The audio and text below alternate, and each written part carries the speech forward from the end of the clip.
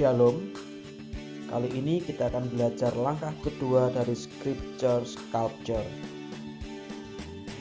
Ada 7 langkah dalam membuat khotbah ekspositori, yaitu pelajari teks, temukan struktur teks, temukan gagasan teks, buat jembatan tujuan, temukan gagasan khotbah, temukan struktur khotbah, dan sampaikan khotbah. Pada kesempatan kali ini, kita akan fokus pada langkah kedua, temukan struktur teks. Satu hal yang harus diketahui, yaitu bahwa teks Alkitab memiliki struktur. Sebagaimana tubuh manusia bisa terbentuk karena memiliki tulang-tulang yang tersambung, demikian juga gagasan teks bisa terbangun karena memiliki kalimat-kalimat yang terstruktur. Jadi gagasan teks dianalogikan tubuh manusia, kemudian kalimat-kalimat yang terstruktur dianalogikan tulang-tulang yang tersambung. Sebagaimana sambungan tulang dihubungkan sendi-sendi, demikian juga struktur kalimat atau struktur paragraf dihubungkan oleh kunci gramatika atau tanda konten. Oleh sebab itu, cara yang paling tepat untuk menemukan struktur teks adalah dengan mencari kunci gramatika atau tanda konten.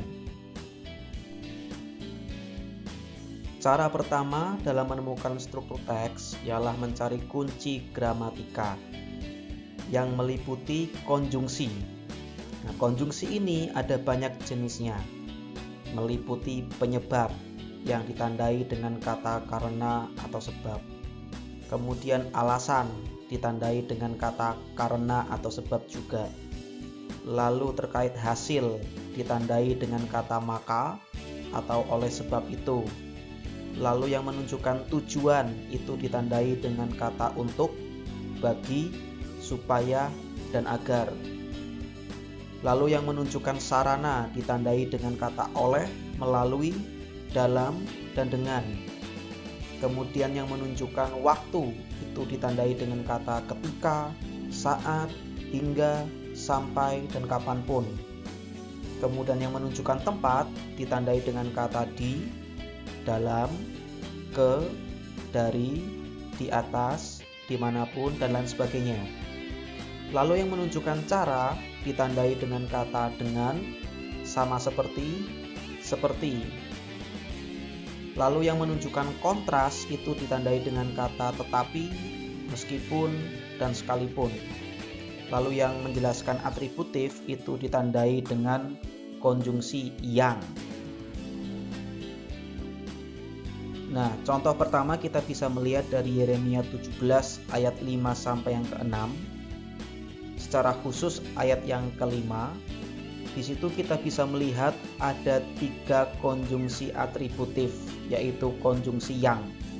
Terkutuklah orang yang mengandalkan manusia, yang mengandalkan kekuatannya sendiri, dan yang hatinya menjauh daripada Tuhan. Nah, dari ayat 5 saja kita sudah bisa membagi ke dalam 3 garis besar. Kemudian 1 Korintus 13 ayat 1 sampai 3.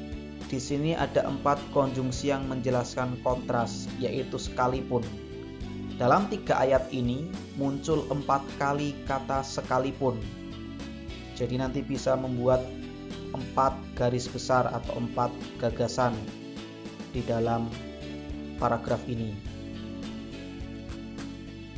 Kemudian di dalam Titus 2 ayat 11 sampai 14, konjungsi supaya itu muncul 2 kali. Nah, ini menjelaskan tujuan. Tujuan dari kasih karunia Allah ialah mendidik umat percaya supaya meninggalkan kefasikan dan keinginan duniawi dan supaya hidup bijaksana. Selain konjungsi, mencari kunci gramatika bisa dilakukan dengan mencari repetisi. Repetisi itu adalah pengulangan. Ini meliputi kata perintah yang diulang. Contohnya Ibrani 10 ayat 22 sampai 25. Di sini kata perintah marilah itu diulangi 4 kali. Jadi nanti bisa kita membuat 4 garis besar dari nats ini. Ini contoh kata perintah yang seragam. Tapi bisa juga kata perintah yang berlainan, tapi asal masih dalam satu kelompok kata perintah. Misalnya 1 Petrus 2 ayat 1-5.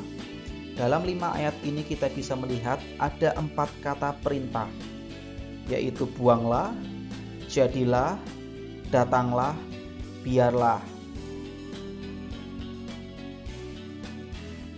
Lalu repetisi juga bisa terkait dengan kata sapaan yang diulang.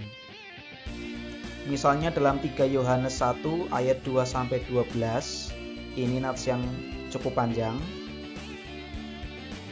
Ada 3 sapaan yang seragam di sini, yaitu saudaraku yang kekasih. Ini muncul 3 kali.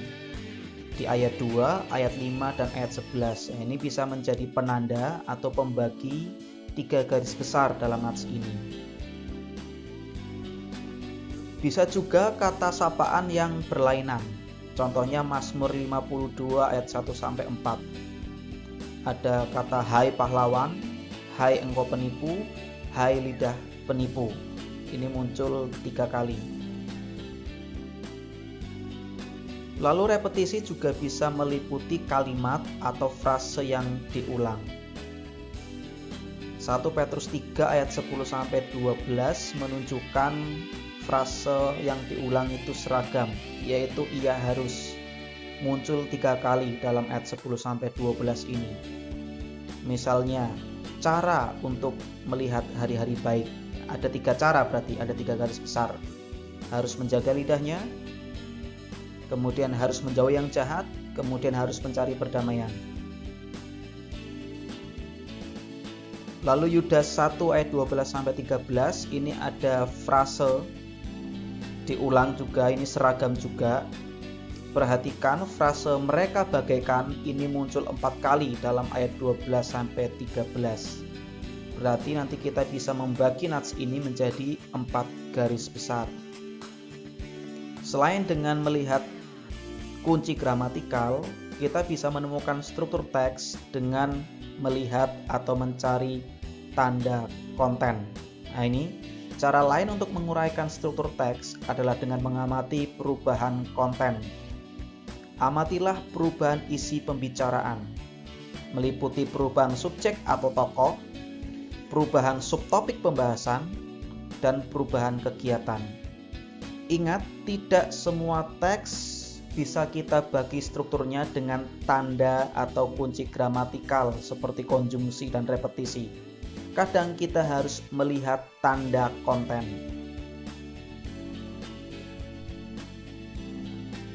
Kita mengambil contoh Matius 9 ayat 35-38. Dalam perikop ini kita akan kesulitan membagi struktur jika hanya mengandalkan kunci gramatikal, sebab kita tidak melihat petunjuk yang jelas tentang kunci gramatikal. Itu sebabnya kita mau membagi struktur atau garis-garis besar nats ini dengan tanda konten. Kita mau melihat perubahan tokoh atau perubahan pokok pembicaraan atau perubahan kegiatan. Dalam nats ini kita bisa membagi atau menemukan struktur teks berdasarkan tanda konten, yaitu perubahan kegiatan. Di ayat 35 yang dilakukan Yesus ialah berkeliling, mengajar, memberitakan Injil, melenyapkan penyakit dan kelemahan. Yang Yesus lakukan di ayat 35 ialah pelayanan secara holistik. Kemudian di ayat 36 yang Yesus lakukan ialah melihat, lalu hatinya tergerak.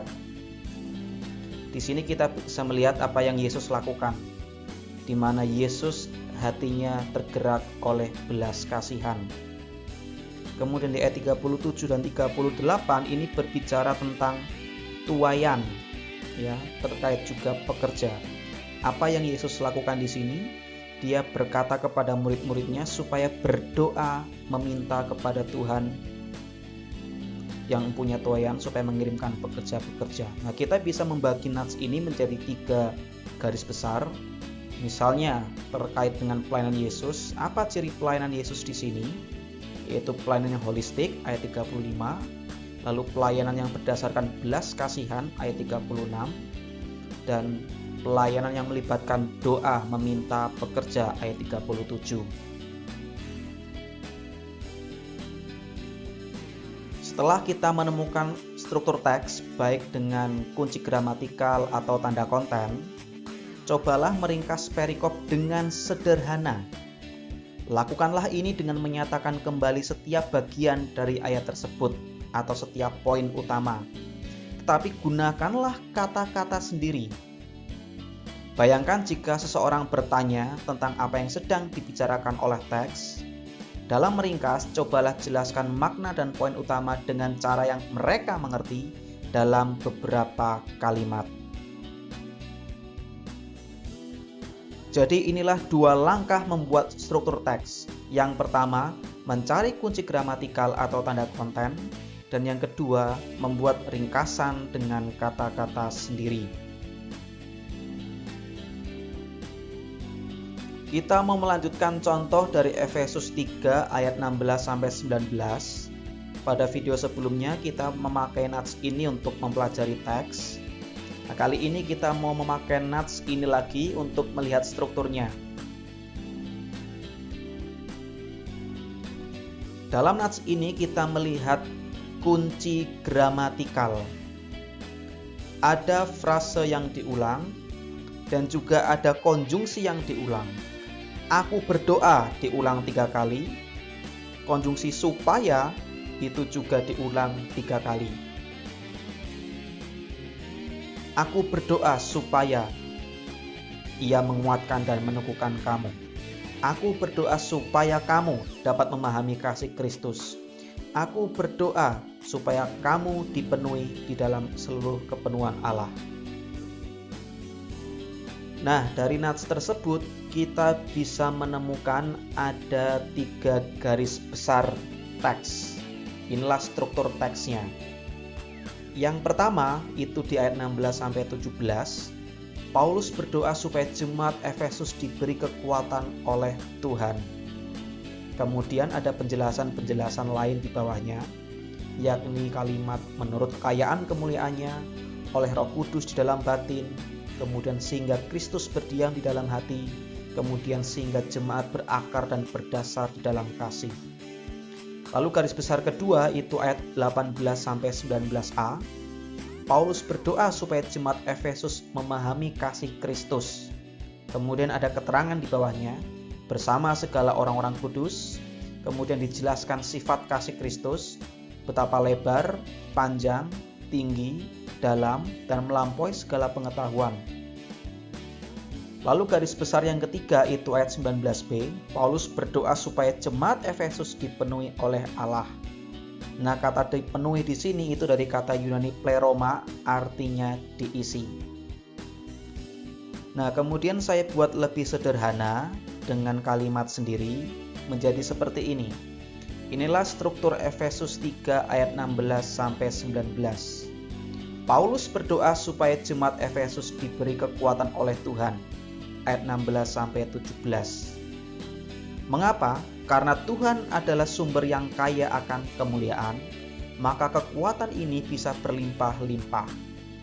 Kekuatan ini bekerja dari hati dan jiwa, karena Tuhan berdiam di dalamnya. Dan kekuatan ini memampukan orang hidup dengan didasari atau dimotivasi oleh kasih. Lalu Paulus berdoa supaya jemaat Efesus memahami kasih Kristus. Ini ayat 18-19a. Di sini dijelaskan supaya jemaat bertumbuh dalam memahami kasih Kristus, dan ini dilakukan dalam komunitas sebab ada kalimat bersama segala orang kudus. Jadi nanti akan ada praktik di tengah komunitas. Kemudian bertumbuh dalam memahami kasih Kristus adalah kegiatan terus-menerus. Ingat, kasih Kristus itu tidak terukur.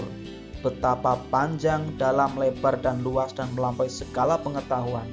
Artinya, proses memahami kasih Kristus terus-menerus. Kemudian Paulus berdoa supaya jemaat Efesus dipenuhi oleh Allah, ayat 19b. Artinya supaya yang mendominasi kehidupan jemaat adalah Tuhan, meliputi kehendak, kuasa, dan kasih-Nya.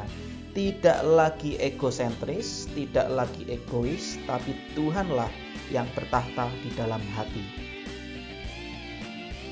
Selamat mencoba.